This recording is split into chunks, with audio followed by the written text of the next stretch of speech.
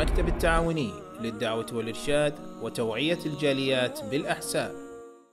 أهلا هلا باللي لفا يا مرحبا والله، مجلسكم يستارى مجلسكم فله.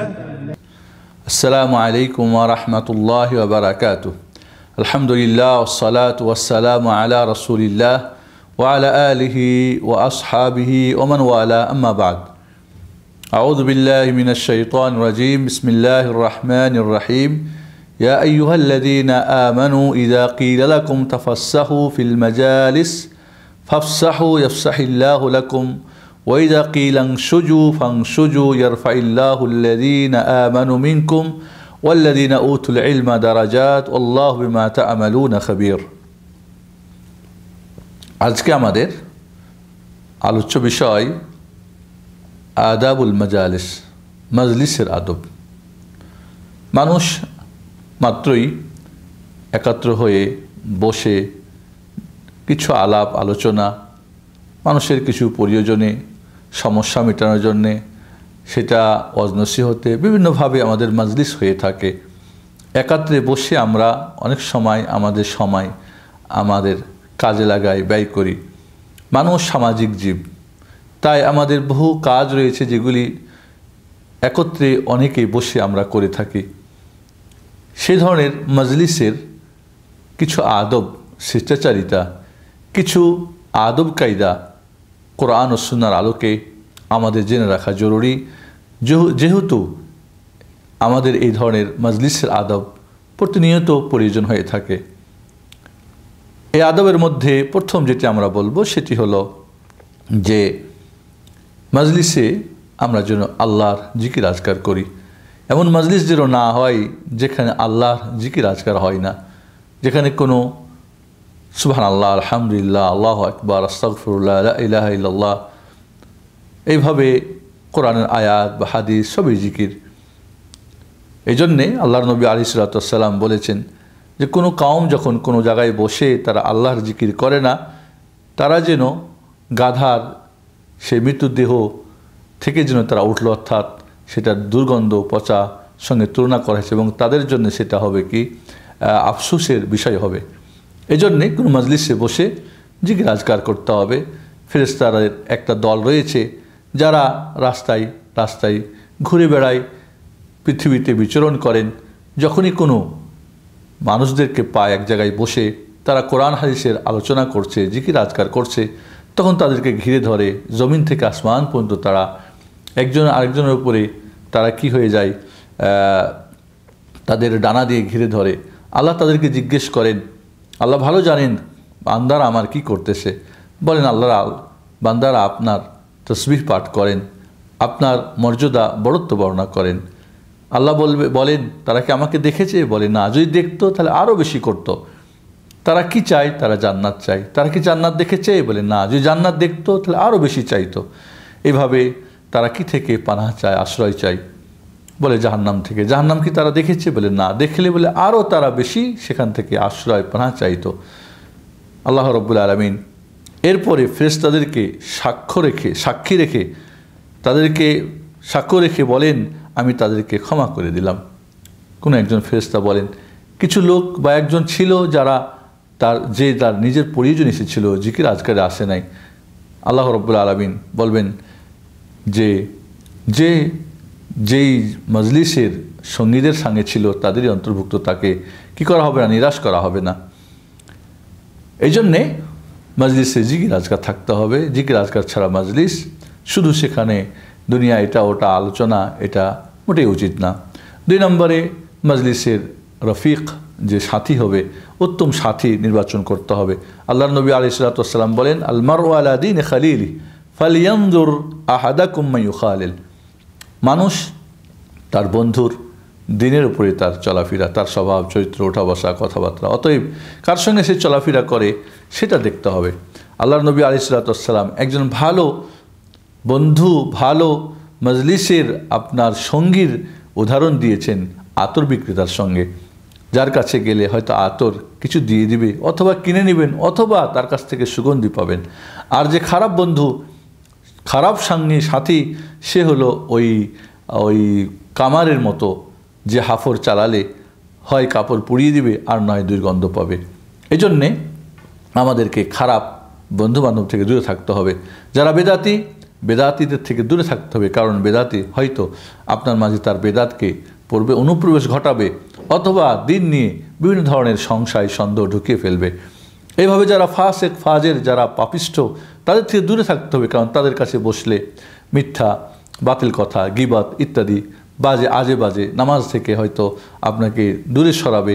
এই ধরনের আপনার অন্তরকে মেরে ফেলবে। অতএব মজলিসের বন্ধু বান্ধব, যে মজলিসে বন্ধুরা ভালো তাদেরই মজলিসে বসতে হবে, যারা খারাপ তাদের সংস্পর্শ ত্যাগ করতে হবে।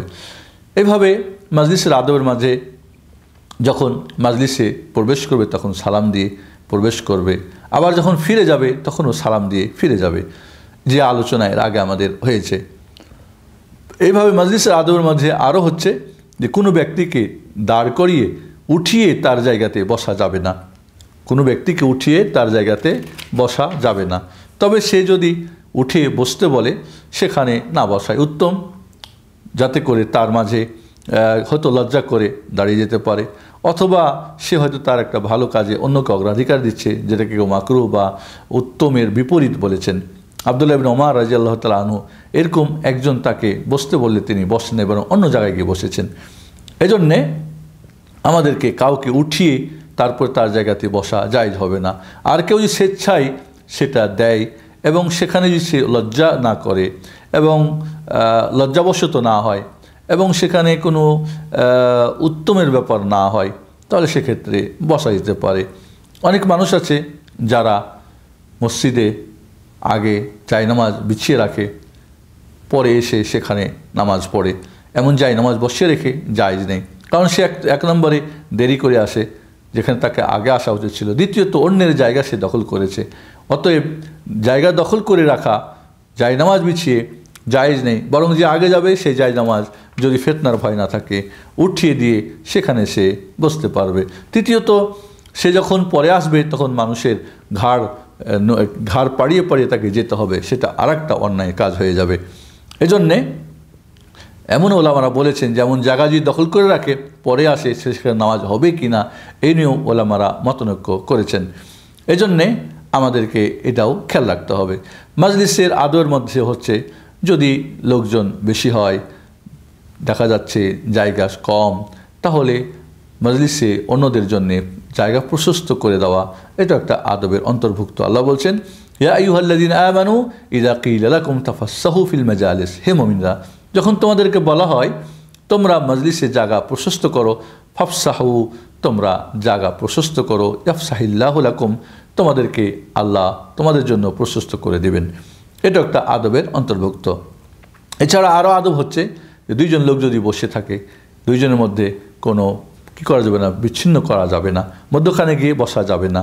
তবে যদি অনুমতি দেয় বা অনুমতি নিয়ে বসে সেটা আলাদা কথা, কারণ দুইজন লোক হয়তো তারা দুইজন বন্ধু, হয়তো কোনো ওখানে তাদের গোপন কোনো কথা আছে বা ব্যাপার আছে, সেজন্য দুইজনকে বিচ্ছিন্ন করে মধ্যখানে বসা যাবে না।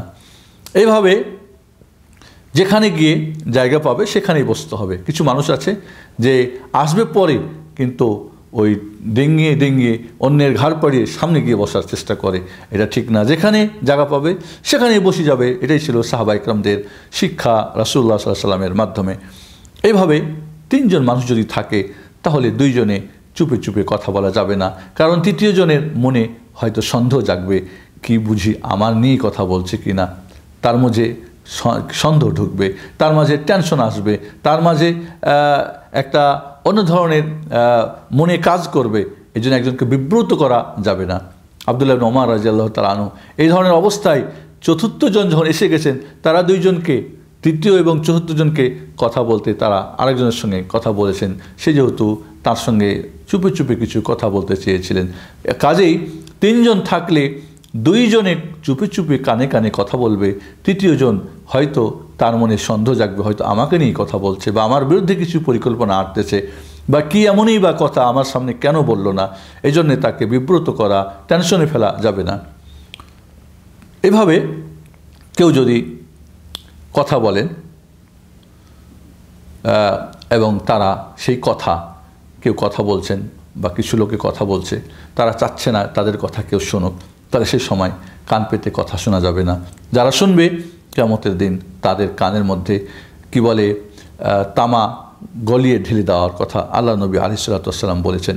এই জন্যে যদি আমরা কোনো মজলিসে এমন দেখি বা কোনো জায়গাতে কেউ কথা বলছে, সেই কথাগুলি অন্যরা শুনুক চাচ্ছে না, তাহলে সেখানে কান পাতা যাবে না।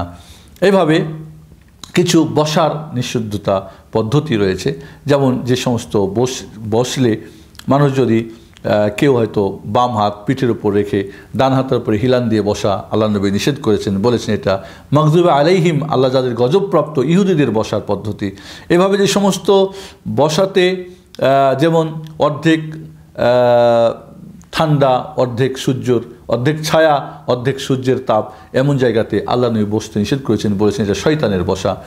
এইভাবে যে সমস্ত বসার মাঝে মানুষ মাজলিসে তার আওরাত, তার লজ্জাস্থান প্রকাশ হয়ে যায়, মানুষের চোখে পড়তে পারে, এমন ধরনের বসা থেকে বিরত থাকতে হবে, এমন থেকে বসা থেকে বিরত থাকতে হবে।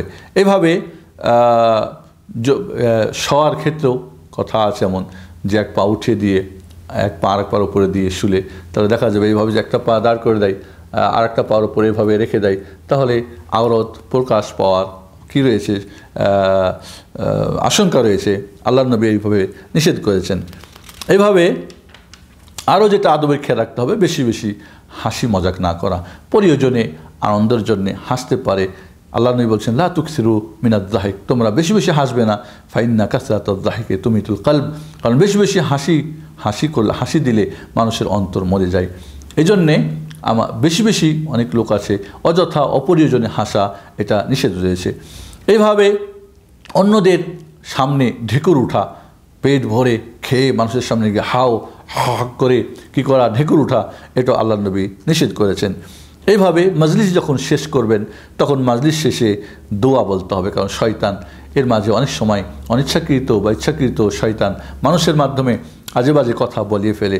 আল্লাহ নবী আলাইহিস সালাতু ওয়াস সালাম মজলিস কাফারাতুল মজলিস, অর্থাৎ এমন একটা দোয়া পড়লে এই মজলিসে যদি ভুল ত্রুটি হয়ে থাকে এগুলি আল্লাহ ক্ষমা করে দেবেন।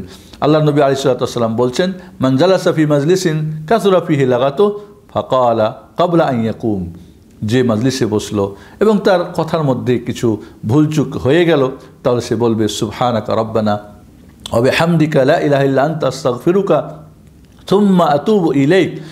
এই দোয়াটা যদি বলে সুবহানাকা রব্বানা ওয়া বিহামদিক লা ইলাহা ইল্লা আনতা আস্তাগফিরুক থুম্মা আতুবু ইলাইক, আল্লাহ নবী বলেন তাহলে তার ওই মাজলিসে যে ভুল ত্রুটিগুলি আল্লাহ ক্ষমা করে দেবেন, যেটা আহমদ এবং অন্যান্যরা বর্ণনা করেছেন।